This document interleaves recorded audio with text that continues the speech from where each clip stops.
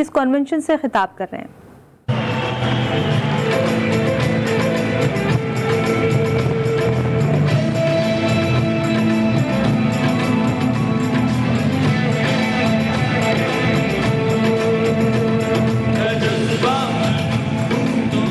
बिस्मिल्लाहिर्रहमानिर्रहीम। इय्याक नअबुदु व इय्याक नस्तईन।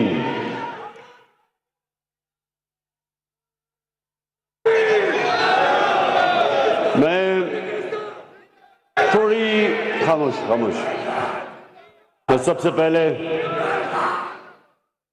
आज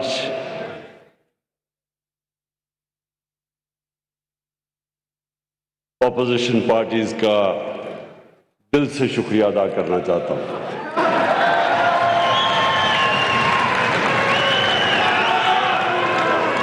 मैं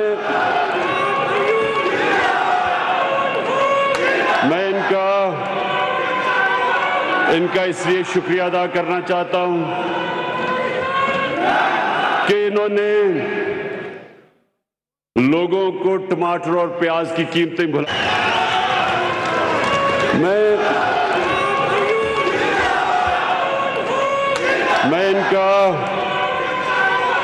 इनका इसलिए शुक्रिया अदा करना चाहता हूं कि इन्होंने लोगों को टमाटर और प्याज की कीमतें भुला दी हैं। अब तक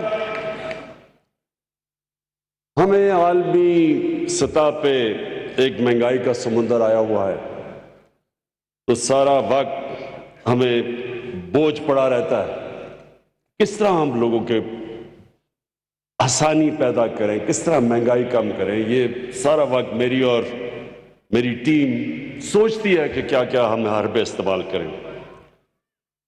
लेकिन जब से ये थ्री स्टूजेस को लोगों ने इनकी शक्लें जब देखी है ना, इन्होंने जब अपोजिशन में अदम एतमाद किया है, तो अब लोग देख रहे हैं कि एक तरफ नवाज शरीफ और शहबाज शरीफ,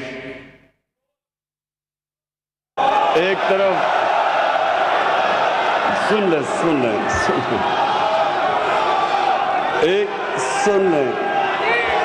दूसरी तरफ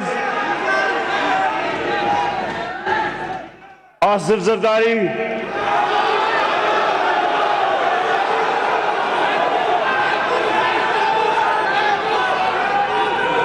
मैंने एक मिनट सुने।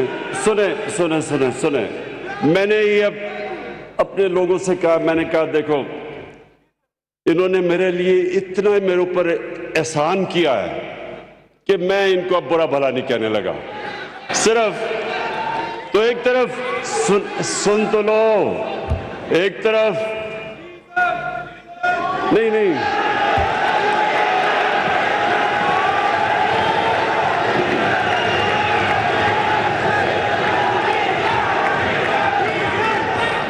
मैं सबको अब जरा सुने तो ले। मुझे इनका शुक्रिया तो अदा करने दे। इन्होंने मेरी सारी पार्टी को खड़ा कर दिया, इन्होंने महंगाई भुला दी है, मेरे सारे हलकों से आवाजें आनी शुरू हो गई हैं, सारे इस्लामाबाद का रुख कर रहे हैं 27 तारीख को। इसलिए मुझे इनका शुक्रिया अदा करने दे प्लीज। पहले मैं ओवरसीज पाकिस्तानीज आपके पास आने लगा हूं, पहले मैं जरा शुक्रिया अदा करूं ना इनका। जैसे ही लोगों ने देखा कि ये तीन शक्लें, एक तरफ फजलुर रहमान,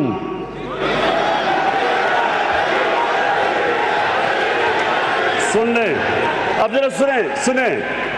अच्छा, मैं सोच रहा था कि 10 दिनों में एकदम ये मुल्क बदल कैसे गया है।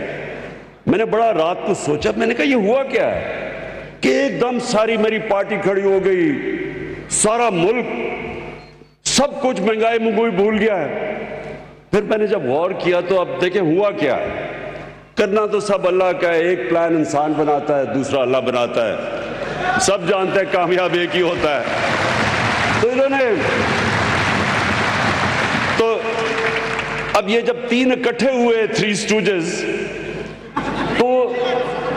जो नून लीग है, नवाज शरीफ के लोगों को इन्होंने 20 साल ये बताया कि जरदारी से करप्ट आदमी पाकिस्तान में कोई नहीं है। 2 दफा उसे जेल में डाला। उधर जरदारी ने पीपल्स पार्टी को यह बताया कि नवाज शरीफ से करप्ट आदमी कोई नहीं है। उसके ऊपर हुदैबा पेपर मिल का केस बनाया। वो क्या था कि यहां से मनी लॉन्ड्रिंग करके, चोरी करके पैसा बाहर लेके जाते थे, उधर फेक अकाउंट से वापस पैसा लेके आते थे। ये केस था, ये जरदारी ने इसके ऊपर बनाया था शरीफों पे।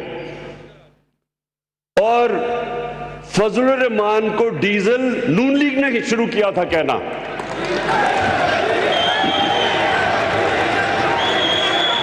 नून लीग का एक रंगबाज जिसने फजलुर रहमान का नाम डीजल रखा था, हमने नहीं रखा उसका नाम।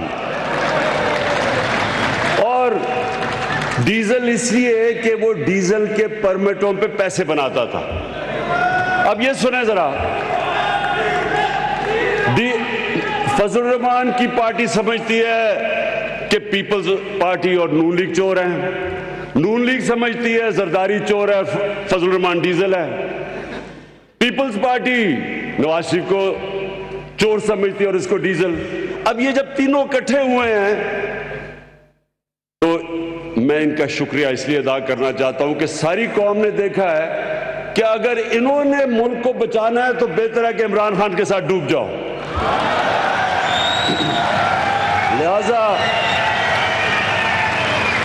लिहाजा बहुत बहुत शुक्रिया। और एक मिनट, अभी नारे नहीं लगाना क्योंकि बड़ा जरूरी है मैं आपसे बातचीत कर लूं, क्योंकि मैं अपने ओवरसीज पाकिस्तानीज के ऊपर बात करना चाहता हूं। देखें, ये अल्लाह का खास करम हुआ है इस मुल्क पे कि ये तीनों इकट्ठे हो गए और इन्होंने फैसला किया अदम एतमाद की तहरीक करने का, वो मेरे खिलाफ वो करने का। तो मैंने उस दिन, आप यकीन करें, मैंने अल्लाह से 2 नफल मांग के शुक्रिया अदा किया। इसलिए एक मिनट भी भाई, शोर नहीं, मैंने इसलिए किया कि मैं तंग आ गया था। 3.5 साल जब से हुकूमत आई है, कल हुकूमत गई, परसों हुकूमत गई, आज गई, नाहिल है, सिलेक्टेड है। तो अब जो ये तीनों इकट्ठे होके इन्होंने जो किया है, ये अब कप्तान की जो ये बंदूक की निशिस्त है ना, ये तीनों उसके बीच में आ गए हैं। और जो सुने जरा, सुने देखें,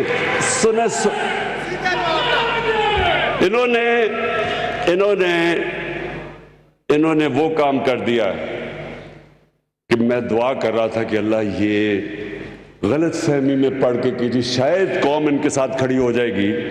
ये पाकिस्तानी कौम को जानते नहीं है, क्योंकि इन्होंने किसी ने सियासत तो सही की नहीं है। नवाज शरीफ वो जनरल जनानी के छतों पे सरिया लगाते लगाते वजीर आला और वजीर वो बन गया। शहबाज शरीफ टोकरे का फल लेके जाता था रिश्वत देने के लिए, वो ऊपर आ गए। इन्होंने मेहनत कौन सी की है? इनको तो बाहर से उठा के सिलेक्ट करके इनको बना दिया। जरदारी ने एक जाली पर्चा दिखा के वो बन गया। इन्होंने मेहनत कब की है? और फजलुर रहमान 30 साल से दीन को बेच रहा है, इन्होंने क्या मेहनत की है? ये अभी आपने पूरी फिल्म देखी, एक पार्टी ने ग्रास रूट से खड़े होकर थोड़े से लोगों के कैंपेन करके, अवाम में जाके मेहनत करके, मारे खा के, मुश्किलें देख के हम यहां पहुंचे हैं। ये कभी भी हमारा मुकाबला नहीं कर सकते। और अवाम की एक चीज ये समझ जाए, लोग मुश्किल वक्त, आलमी महंगाई, इसके अंदर लोग मुश्किल में तो हैं, लेकिन ये इनको गलत फहमी होगी क्योंकि लोग मुश्किल में हैं। लोग इन 3 चेहरों की करप्शन भूल चुके हैं, ये गलत फहमी में पड़ गए और ये कप्तान के ट्रैप में आ गए हैं। अब इंशाल्लाह आप देखेंगे ये क्या होता है इनके साथ। मैं ये पेशन गोई करता हूं कि ये सिर्फ अज़्म एतमाद इनकी फेल नहीं होगी, इनकी 2023 की इलेक्शन भी गई।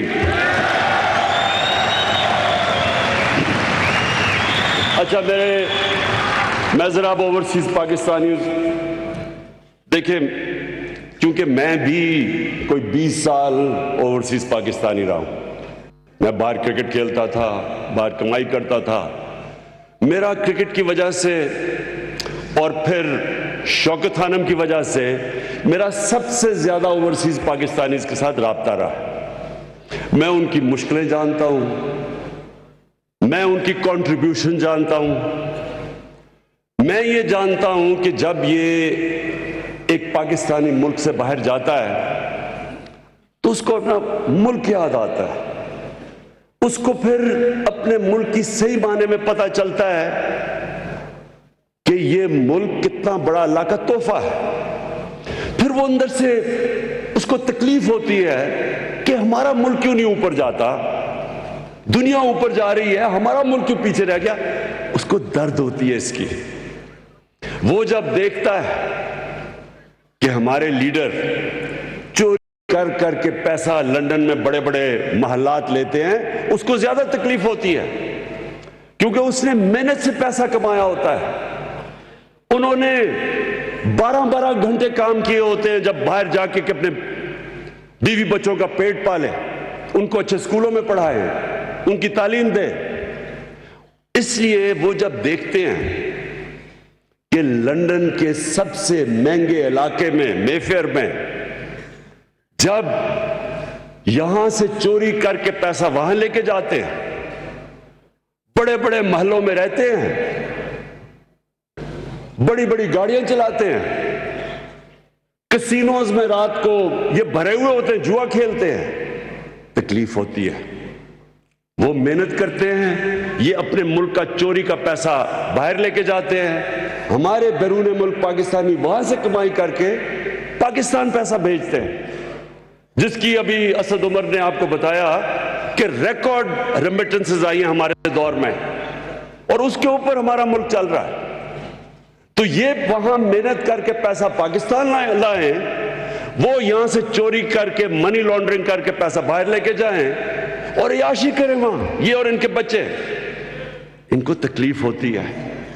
हमारे वो मितकश पाकिस्तानी वो जब देखते हैं, एक तकलीफ ये होती है कि चोरी के पैसे में याशी कर रहे हैं, दूसरी तकलीफ ये होती है कि ये मुल्क को बदनाम कर रहे हैं, क्योंकि जब ये बाहर जाते हैं और ये बाहर महलों में रहते हैं तो सारे उनकी हुकूमत के लोगों को, उनके वजीर आजम को, सबको पता होता है कि इनके पैसे किधर किधर पड़े हैं और कितना चोरी का पैसा इनके पास है। आज रूसियों का, जो रूस के बड़े बड़े बिजनेसमैन हैं, जिनको ओलिगार्क्स कहते हैं, इनके सारे पैसे जब्त हो रहे हैं, इनके ऑफशोर अकाउंट जब्त हो रहे हैं, क्योंकि उनको गुस्सा है रूस के ऊपर। उसकी वजह से ये इनके सारी प्रॉपर्टीज, असासे, जायदाद वो जब्त कर रहे हैं, और इनको भी यही डर है। ये जो बड़े इस वक्त, ये जो खास तौर पे 2 बड़े खानदान जिन्होंने यहां से चोरी करके अरबों डॉलर इनका बाहर पड़ा है, ये सिर्फ यही नहीं कि चोरी करते हैं, इनका चोरी का पैसा हमारे मुल्क को गुलाम कर देता है। वो कभी भी सर उठा के बात नहीं कर सकते बाहर के लोगों के साथ। अगर उनको भी पता है दोनों को कि इनका चोरी का पैसा है, चोरी का पैसा इनको गुलाम बना देता है। जब आप देखते हैं कि जनाब वो पाकिस्तान का वजीर आजम ओबामा के सामने बैठा हुआ है, काम पे टांग रही हैं,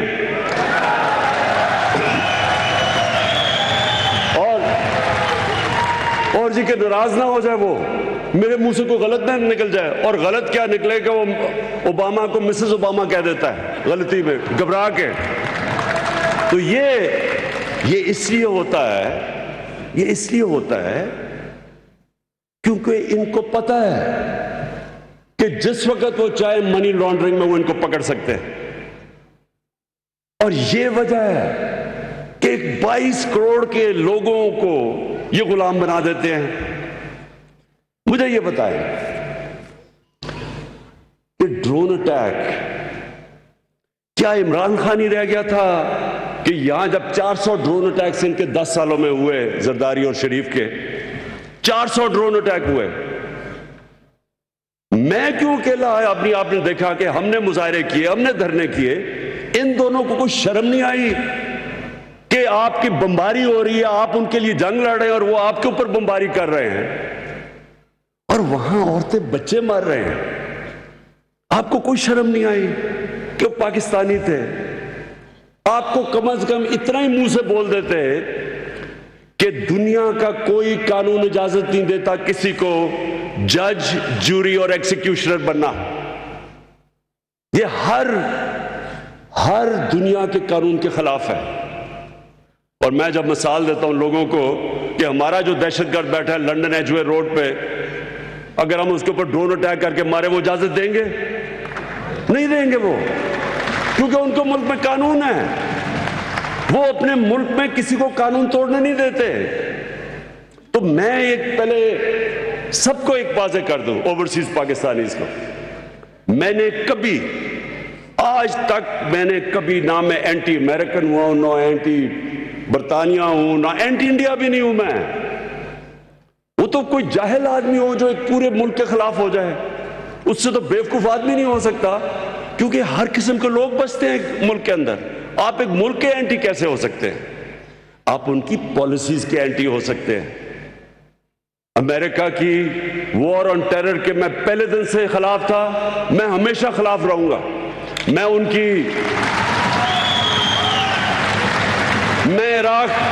इराक की जंग के खिलाफ मैंने लंदन के अंदर मुजाहरे मैंने डेमोन्स्ट्रेशन के अंदर शिरकत की है। बरतानिया के अंदर लाखों लोग उन्होंने मुखालफत की, जो कि इराक की जंग में जा रहा था एक झूठ के ऊपर, वेपन्स ऑफ मैस डिस्ट्रक्शन पे, मैंने उनके साथ शिरकत की। तो बरतानिया में आप कैसे कह सकते कि मैं एंटी यूके हूं, क्योंकि उन पर बहुत बड़ी अक्सरियत ने उसकी मुखालफत की थी। आज हिंदुस्तान के अंदर जो ये हिंदुत्वता, इनकी जो ये फिलॉसफी है कि हिंदू रेस सिर्फ इंडिया हिंदुओं के लिए, बाकी वो बराबर के शहरी नहीं, मुसलमान, खास तौर पर मुसलमान और फिर क्रिश्चियंस। तो ये तो मुझे पता है, मैं इंडिया को बड़ी अच्छी तरह जानता हूं। बहुत बड़े पढ़े लिखे लोग हिंदुस्तान के इसकी मुखालफत कर रहे हैं। वो समझते हैं कि नरेंद्र मोदी की जो पॉलिसीज है वो हिंदुस्तान को तबाही की तरफ लेके जा रही हैं। बहुत बड़े लोग हैं ऐसे, डरे हुए हैं इस वक्त, क्योंकि फैशिज्म है वहां, खौफ है वहां, मीडिया के ऊपर खौफ है, जजेस के ऊपर खौफ तारी किया हुआ उन्होंने, एक फैशिस्ट गवर्नमेंट है वहां। लेकिन मैं एंटी इंडिया तो नहीं हूं। हम भी दुआ करते हैं कि वहां कोई सही लीडरशिप आए ताकि वो हिंदुस्तान में कश्मीरियों का हकूक दे, वहां मुसलमान हैं, वहां उनको बराबर का शहरी बनाए। हम भी ये दुआ करते हैं। और अगर वो कश्मीर में जो उन्होंने कदम उठाया था 5 अगस्त 2019 का, वो वापस लेते तो हम फिर उनसे अपने ताल्लुकात नॉर्मल कर सकते हैं और बातचीत पे मसले हल कर सकते हैं। तो मेरी मुखालफत तो ये थी कि आपने अपने लिए और कानून बनाए हुए हैं। अपने मुल्क में तो आप इजाजत नहीं देते ये बमबारी करके लोगों को दहशतगर्दी के खिलाफ जंग और जज, जूरी, एग्जीक्यूशनर।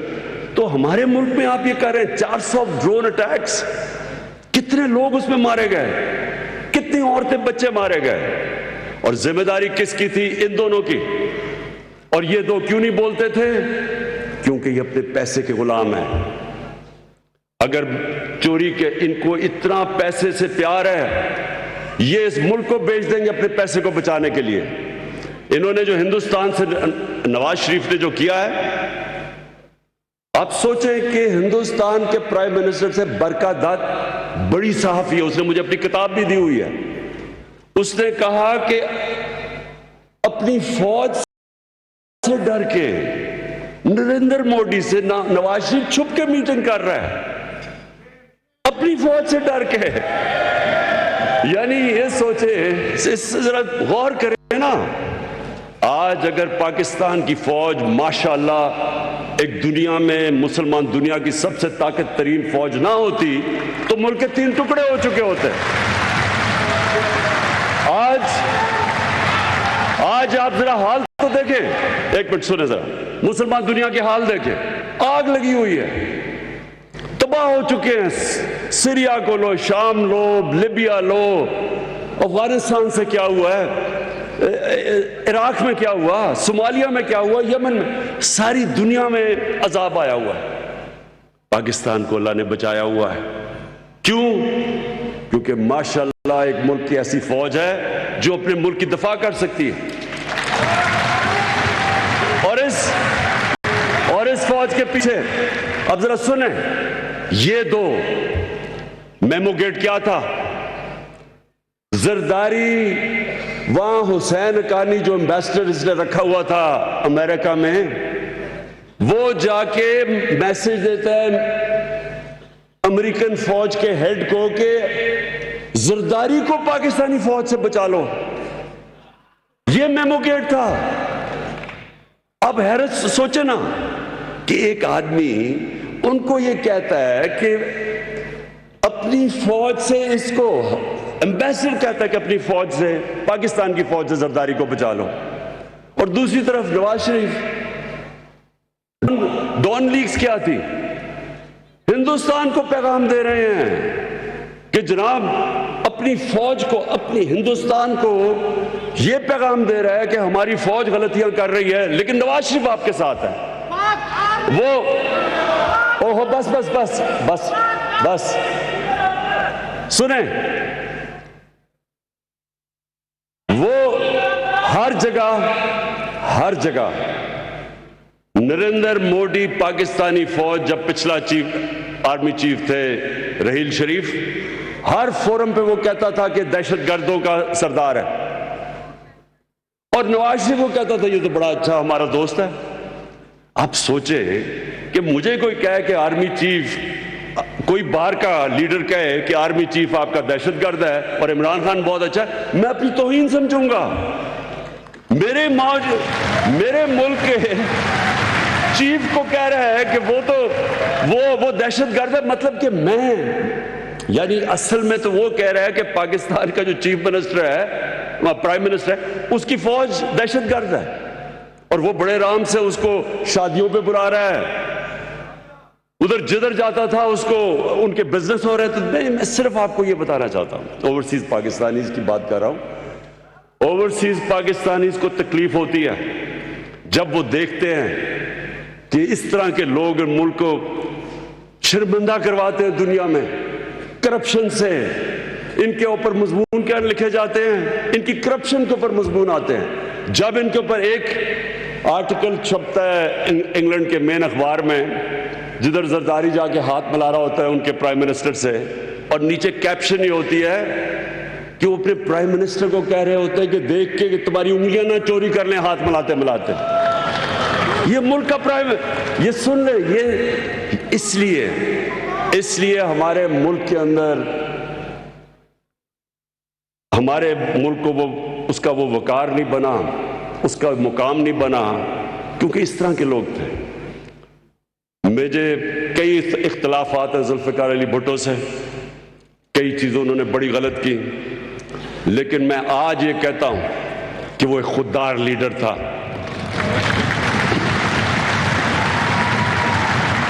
वो पाकिस्तान की गैरत के लिए खड़ा होता था। उसने इस्लामिक कॉन्फ्रेंस बनाई, मुसलमान दुनिया में लोगों को इकट्ठा किया। वो किसी का गुलाम नहीं था, और इसलिए लोगों को उसके ऊपर फख्र था। हम पाकिस्तानी 22 करोड़ अवाम हैं। हमें यह बताया गया है पिछले 30 सालों में कि जी अगर तो हम अमेरिका हमारे से नाराज हो गए तो तब हम खत्म हो जाएंगे, अगर जी फलाना हमारे से नाराज हो गया तो हम ऐसे करके हमें रख दिया। देखिए, मैं जब क्रिकेट कैप्टन था, मैं सिर्फ आपको एक बात बताना चाहता हूं। मैं जब शुरू की क्रिकेट तो हमारी टीम काउंटी क्रिकेट से खेल के बड़े अच्छे खिलाड़ी थे हमारे, लेकिन उन दिनों में नई हमें आजादी मिली थी अंग्रेज से, तो हमारे टीम के जो सीनियर्स थे उनके ज़हन में ऐसी एहसास कमतरी थी कि मैं जब शुरू में टीम में आया तो मुझे सीनियर प्लेयर कह रहे जी अंग्रेज से हम नहीं जीत सकते, उनकी तो टेक्निक इतनी अच्छी है, उनकी क्रिकेट इतनी अच्छी है, हम तो सीखने आए हैं टूर पे। हम उनसे जीत नहीं सकते। उसका नतीजा ये होता था कि हम जीते हुए मैच हार जाते थे, क्योंकि पहले से ही हारे हुए होते थे मैच में से पहले कि हम तो जी इनसे जीत नहीं सकते। हम जब जीतना शुरू किया तो हमारी टीम इतनी अच्छी नहीं थी, अच्छे अच्छे हमारे खिलाड़ी निकल गए थे जब तक मैं कैप्टन बना, लेकिन क्योंकि हमने एहसास कमतरी खत्म की थी, मैंने अपनी टीम को एक चीज समझाई थी कि जब आप कदम रखते हैं तो जब आप टीम मैदान देखते हैं तो पहले ज़हन में डालो कि यहां कोई भी नहीं जो मुझे हरा सकता है। जब तक आपका ये ज़हन नहीं होता आप जीत नहीं सकते। उसी तरह कौम होती है, अगर कौम के अंदर आप डाल दें, जिस तरह ये इन्होंने 10 साल अपने मुल्क के ऊपर ही बमबारी करवाई, अपने लोग मरवाए और डरे बात करते हुए कि जी वो नाराज ना हो जाए अमेरिका। देखें, अमेरिका के लोगों को पता है कि जब कोई अपने मुल्क के मफादात के लिए खड़ा होता है वो उसकी इज्जत करते हैं, जब वो उनके पैरों में गिर जाता है उसको इस्तेमाल करते हैं। हम 80 की दिहाई में हमने अमेरिका के साथ मिलके अफगान जहाद लड़ी। जैसे ही वो जहाद खत्म हुई 8-9 साल के बाद रूस और सोवियत यूनियन हार गई, हमारे ऊपर सैंक्शंस लगा दी उन्होंने। उसके बाद फिर जब 9/11 के बाद उनको हमारी जरूरत पड़ी, जॉर्ज बुश ने कहा कि मैं कभी पाकिस्तान, उसने हमें कहा कि अब इस बार हम पाकिस्तान को अबैंडन नहीं करेंगे, पहले हमारे से गलती हुई अब नहीं करेंगे। जो हमारे मुल्क को जिल्लत उठानी पड़ी, ये जो वॉर ऑन टेरर के अंदर 80,000 पाकिस्तानी मरा, 80,000 पाकिस्तानियों की जानें गई, इकॉनमी उजड़ गई, कबायली इलाका तबाह हो गया, 35 लाख लोगों ने नकल मकानी की। किसी ने हमारा शुक्रिया अदा भी नहीं किया, किसी ने यह भी नहीं कहा कि पाकिस्तानियों आपने हमारे लिए कुर्बानी दी। उनकी गलती नहीं है, हमारी गलती है। अगर हम इस्तेमाल होना चाहें दुनिया हमें इस्तेमाल करेगी, अगर हम अपनी इज्जत नहीं करेंगे दुनिया इज्जत नहीं करेगी।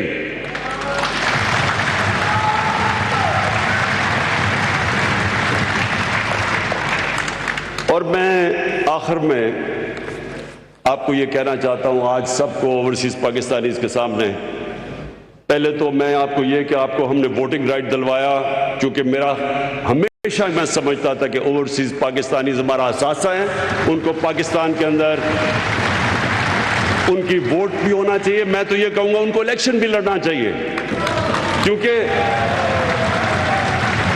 जो लोग हमारे मुल्क में पैसा भेजते हैं, मुल्क उनकी रेमिटेंसेस पे चलता है, उनको क्यों नहीं शिरकत करनी चाहिए पाकिस्तान की पॉलिटिक्स में? अगर लोग उनको वोट देना चाहते हैं तो उनको दें वोट।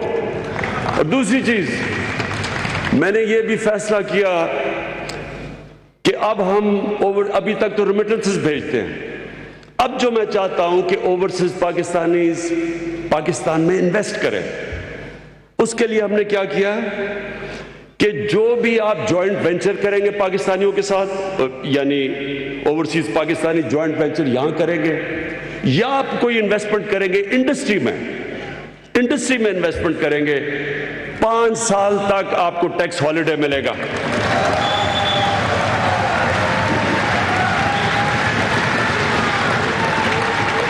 और बाकी सारे जितने आपके प्रॉब्लम्स, आपको वो सक्सेशन सर्टिफिकेट, वो जो डिजिटल हमने करवा दिया आपका पावर ऑफ अटर्नी, वो हमने आपकी डिजिटल करवा दी है। और इंशाल्लाह हर वक्त आप देखेंगे कि आपके लिए आसानियां पैदा। मैंने अपनी मिशंस को कह दिया है, अपने एम्बेसडर्स को, कि आपका सबसे बड़ा काम ये होगा कि आपने हमारे ओवरसीज पाकिस्तानीज की जिंदगी आसान करनी है, उनके लिए आसानियां पैदा करनी है बजाय मुश्किलात करने के लिए।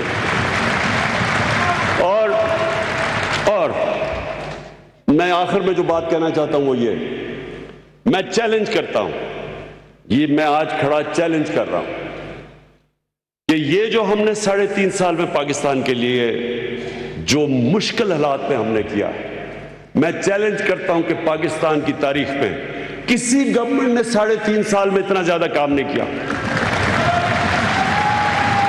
और मैं सुन ले जरा, सबसे पहले अब सुने, कभी मुल्क तरक्की कर ही नहीं सकता जब तक आपकी एक्सपोर्ट्स ना बढ़े कोई मुल्क तरक्की नहीं कर सकता, क्योंकि वेल्थ क्रिएशन ही नहीं होती जब तक मुल्क में ज्यादा डॉलर्स ना आए। हमारी एक्सपोर्ट्स, अब सोचें कि पिछले 10 साल में एक्सपोर्ट्स, अभी आसद ने जो बताया, ना बढ़ने के बराबर थी। हमारे से सब आगे निकल गए। 20 साल पहले हम साथ ही थे बांग्लादेश के, वियतनाम के, कैम्बोडिया के, हम इनके साथ साथ थे। सारे हमारे से आगे निकल गए एक्सपोर्ट्स में, मुल्क वहीं का वहीं खड़ा है। तो आप पाकिस्तान की रिकॉर्ड एक्सपोर्ट्स हुई हैं और इंशाल्लाह जो अभी फिगर्स आ रही हैं, जो हमारी तवक्को थी उससे भी ज्यादा एक्सपोर्ट्स हो चुकी है पाकिस्तान की। रेमिटेंसेस आपकी वजह से रिकॉर्ड हुई है। हमने इंसेंटिव्स दिए लोगों को कि बैंकिंग चैनल के जरिए पैसे भेजें, वो रिकॉर्ड हुआ है। फिर पाकिस्तान की तारीख में सबसे ज्यादा टैक्स कलेक्शन हुई है, जो कभी सोच भी नहीं सकता था कि 6000 अरब तक टैक्स इकट्ठा कर लेंगे, वो हमने किया। और ये किस टाइम पे? सारी दुनिया के अंदर कोरोना का अजाब आया हुआ था। जो बर्तानिया में बैठे और जो अमेरिका में बैठे लोग यहां बैठे हुए हैं, आप सोचें आपके ऊपर क्या गुजरी थी, किस तरह के हालात में आपने सामना किया। वह महंगाई आज का कितनी आई हुई है आप सब जानते हैं। हम दुनिया ने, जिस तरह असद ने कहा, दुनिया ने एक्नॉलेज किया कि जिस मुल्क में सबसे ज्यादा अहलियत थी, सबसे ज्यादा कॉम्पिटेंस थी इस मुश्किल वक्त से डील करने की, वो टॉप में पाकिस्तान था। और उस दौर में अपने लोगों को भी बचाया, अपनी इकोनॉमी को भी बचाया। 5.6% ग्रोथ रेट हुई, जो कोई तसव्वुर भी नहीं कर सकता था। एशियन डेवलपमेंट बैंक का भी वाइस प्रेसिडेंट, उसने कहा हमें हैरत है कि पाकिस्तान जिस तरह ऊपर गया। बिल गेट्स ने आके पाकिस्तान के मॉडल की तारीफ की। इकोनॉमिस्ट ने पाकिस्तान को रखा कि इन्होंने जिस तरह निकले हैं इस मुश्किल वक्त से। और टैक्स कलेक्शन उस वक्त पे 6000 अरब रिकॉर्ड पे लेके गए, अपनी टारगेट से आगे निकल गए। और मैंने जब आया था, मैंने पहले कहा था कि मैं इंशाल्लाह इस मुल्क में 8000 अरब रुपया सालाना इकट्ठा करूंगा टैक्स में। मैं उससे ज्यादा इकट्ठा इंशाल्लाह आपको करके दिखाऊंगा, क्योंकि जब पैसा आएगा तो हम अपने लोगों पे खर्च करेंगे, हम अपने इंफ्रास्ट्रक्चर डेवलप करेंगे। हमारी जो 4 फसलें थी, जो भी बताया, उससे 4 रिकॉर्ड फसलें हुई हैं पाकिस्तान की तारीख में। 1100 अरब रुपया गया देहात के अंदर। 65% पाकिस्तान देहात में है। कभी पाकिस्तान के देहात में इतना ज्यादा पैसा नहीं गया। उनको कीमत भी मिली और फसल भी रिकॉर्ड हुई और कीमत भी किसानों को मिली। कभी ऐसे कीमत नहीं मिली। हाँ, महंगाई हुई, लेकिन जो उनको इजाफी पैसा गया 1100 अरब रुपया, जो इस वक्त खुशहाली, वो रिफ्लेक्ट होता है। Record motorcycle sales, record tractor sales, record गाड़ियों की सेल्स, क्योंकि लोगों के पास पैसा है। रिकॉर्ड इस वक्त टेक्सटाइल इंडस्ट्री ने सारे रिकॉर्ड तोड़ दिए हैं। हम जब आए थे, टेक्सटाइल इंडस्ट्री फैसलाबाद में बंद पड़ी थी। टेक्सटाइल इंडस्ट्री को रियल एस्टेट में कन्वर्ट कर रहे थे लोग। आज मजदूर नहीं मिलते टेक्सटाइल इंडस्ट्री के लिए, सारी पुरानी इंडस्ट्री चलनी शुरू हो गई है। ये हमारी पॉलिसीज की वजह से हुआ। आईटी, सारी दुनिया आगे निकल गई है, इंफॉर्मेशन टेक्नोलॉजी में हमें पीछे छोड़ गई। सिर्फ 2 सालों में 75% इंक्रीज आया हमारा आईटी के अंदर, क्योंकि हमने पॉलिसीज चेंज कर दी है। कंस्ट्रक्शन में हमने अपने लोगों को बचाया। 1500 अरब रुपया, कभी भी इतना ज्यादा कंस्ट्रक्शन में जनरेट नहीं हुआ जो रिलेटेड इंडस्ट्रीज थी। तो मैं आज ये जो सारी ऑपोजिशन को चैलेंज करता हूं, किसी चीज में हमारा मुकाबला करो, हर चीज में हम तुम्हारे से आगे। कहते जी बड़ी महंगाई है। जब ये तीनों बारियां ले रहे थे, पीपल्स पार्टी का जब दौर था, तो तीनों ही पावर में थे, क्योंकि उन्होंने मुख पुकार करके 10 साल हुकूमत की है। जो पीपल्स पार्टी का 5 साल का दौर था, उसमें हमारे से ज्यादा महंगाई थी। उसके बावजूद कि दुनिया में वो महंगाई नहीं जो आज है। अमेरिका में 40 साल के बाद इतनी महंगाई हुई है, बर्तानिया में 30 साल के बाद, तो उसके बावजूद उनकी महंगाई हमारे से ज्यादा थी। कोई इंडिकेटर ले लो, हमारी तालीम ले लो। पहली दफा पाकिस्तान की तारीख में यकसा तालीमी निसाब हम लेके आए हैं। कभी किसी ने नहीं सोचा इस चीज का। और हमारा सबसे बड़ी चीज, मैं चैलेंज करता हूं कि जो हमारी गवर्नमेंट ने पहली दफा कोशिश की अपने निचले तबके को उठाने के लिए, कभी इस तरह की कोशिश पाकिस्तान की तारीख में नहीं हुई। हेल्थ कार्ड, आप अमेरिका इंग्लैंड बैठे हैं, कहीं भी आपको हेल्थ इंश्योरेंस नहीं मिलती पैसे दिए बगैर। ये हम कर रहे हैं पाकिस्तान में कि हर खानदान को हम 10 लाख रुपया दे रहे हैं हेल्थ इंश्योरेंस में, मुफ्त हर खानदान को दे रहे हैं। ये कोई तसव्वुर भी नहीं कर सकता गरीब मुल्कों के अंदर। और इसीलिए ही ये डाकुओं के टोलों को डर लगा हुआ है। इस टोले को डर लगा हुआ है कि ये जो कर रहे हैं आगे तो उनकी दुकानें बंद होने लगी है। 50 साल के बाद पाकिस्तान में डैम्स बन रही हैं। 50 साल पाकिस्तान कोई डैम नहीं बनी। अब पानी बचाने के लिए पहली डैम 2025 में मोमन डैम बड़ी डैम है, 2026 में दासू डैम और 2028 में बादशाह डैम बनेगी, जिससे दुगनी हो जाएगी हमारी पानी की स्टोरेज। उसका मतलब हम और ज्यादा गंदम अपना पानी दे सकेंगे और इलाकों को पानी के नीचे ला सकेंगे। कहने का मकसद आखिर में यह है कि मैं चैलेंज करता हूं अपने मीडिया वालों को, अपने इकोनॉमिस्ट को, इन सारी पार्टीज को, कभी हमारे साथ डिबेट करो। हम आपको साबित करेंगे कि आप तो 30 साल 35 साल बारियां लेते रहे हैं।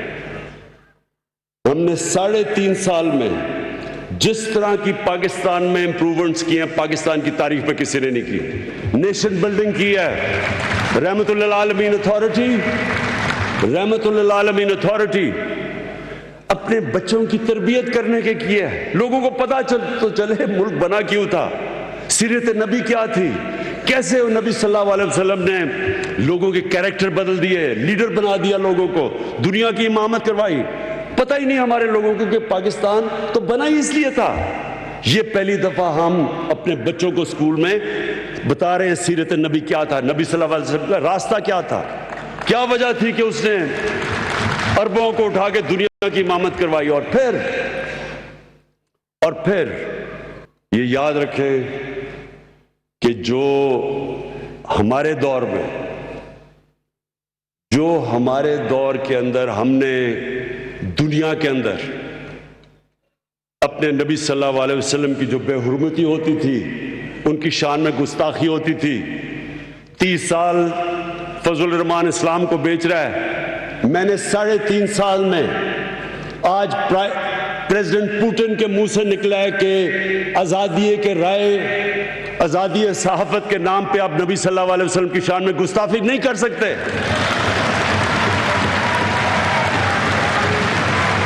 जस्टिन ट्रूडो, कनाडा का प्राइम मिनिस्टर जस्टिन ट्रूडो ने उसने स्टेटमेंट दिया है कि आप आजादी है राय के नाम उसकी पीछे हमारे नबी सल्लल्लाहु अलैहि वसल्लम की शान में गुस्ताखी नहीं कर सकते। ये पहली दफा हुआ है। ये इतनी देर जो दुकान लगाई हुई है इस्लाम की, फजल रहमान मुझे बताएं, आपने एक हेड्स ऑफ स्टेट तो दूर की बात है, आपने किसी उनके चपड़ासी से भी ये निकलवाया है बाहर? आपको पता है आज यूनाइटेड नेशंस के अंदर, ये मैं आपको बताना चाहता हूं कि आज यूनाइटेड नेशंस के अंदर आज डिबेट हो रही है और रेजोल्यूशन पास होगा इस्लामोफोबिया के खिलाफ। ये हमारी वजह से है। आप बैरून मुल्क पाकिस्तानियों को पता है इस्लामोफोबिया क्या है, यहां तो लोगों को नहीं पता। वो जो आप बाहर रहते हैं आपको पता है कि कई दफा सर कवर किया हुआ है और सड़कों के ऊपर बुरा भला को कहते हैं, कोई बात नहीं करता था आज तक। ये मुझे फख्र है कि यूएन में, ओआईसी में, दुनिया में मैंने इस चीज को उठाया और आज इंशाल्लाह यूनाइटेड नेशंस की जनरल असेंबली में रेजोल्यूशन पास की जाएगी इस्लामोफोबिया के खिलाफ। मैं फिर से आखिर में ओवरसीज पाकिस्तानीज को ये यकीन दिलाना चाहता हूं कि मेरी गवर्नमेंट आपको इस मुल्क का सबसे बड़ा असासा समझती है और हम पूरी कोशिश करेंगे आपकी बेहतरी के लिए, आपकी आसानियां के लिए, और आपको कैसे कि पाकिस्तान में आप इन्वेस्ट कर सकते हो और अपना भी फायदा और मुल्क का भी फायदा करवा सकते हैं। शुक्रिया।